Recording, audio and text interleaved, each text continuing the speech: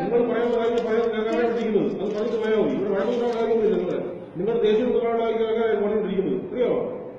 നിങ്ങൾക്ക് പറയാൻ പറഞ്ഞല്ലോ. നിങ്ങൾക്കിത് പറയാൻ നിങ്ങൾ തുടങ്ങിയതോ നിങ്ങൾ തുടങ്ങി പഴയ ചരിത്രം തുടങ്ങി. നിങ്ങൾ പറയാൻ വക്കീലിന് പറയാൻ പറഞ്ഞാൽ ഇല്ലല്ലോ.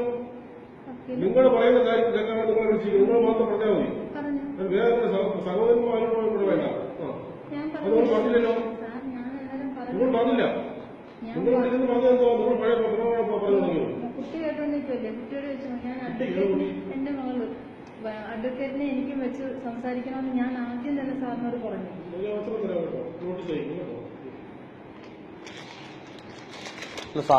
സാറിനറിയാമല്ലോ, ഒരു പെൺകുട്ടിയുടെ കൂടെ 2 വക്കീലന്മാരിയ്ക്കുന്നു, ആ പ്രതി ഇരിക്കുന്നു. അല്ല, അയാളുടെ ബ്രദറാണല്ലോ കൂടെ വന്നത്.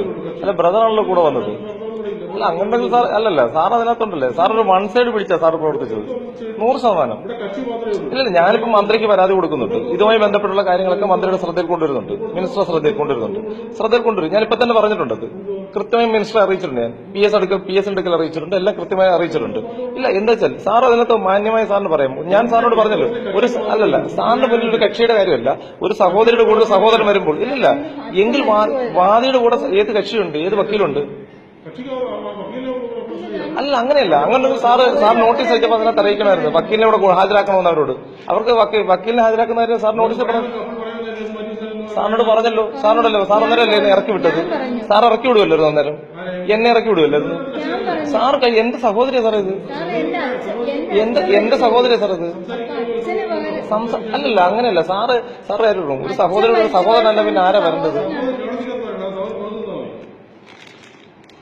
അല്ല, അതെന്തേ സാറത് സാറിനോട്. എന്നിട്ട് സാറ് കേട്ടില്ല. സാറ് നീതിക്ക് വേണ്ടിയിട്ടല്ലേ സാർ ഈ ഓഫീസുകളിൽ വരുന്നത്? ഈ കുഞ്ഞിനെ എന്നെയും കൊണ്ട് എത്ര പ്രാവശ്യം വീട്ടിൽ നിന്ന് ഇറക്കി വിട്ട് സാർ അത് മനസ്സിലാക്കണം. എത്ര പ്രാവശ്യം ഞങ്ങൾ വീട്ടിൽ സാർ ആ പരിസരത്ത് വന്ന് അന്വേഷിപ്പിക്കണം. ഇല്ല, അതല്ല, സാറിന്റെ പോലും സാറ് ഒരു ന്യായത്തിന്റെ ഭാഗത്തല്ല സാറ് നിന്നത്.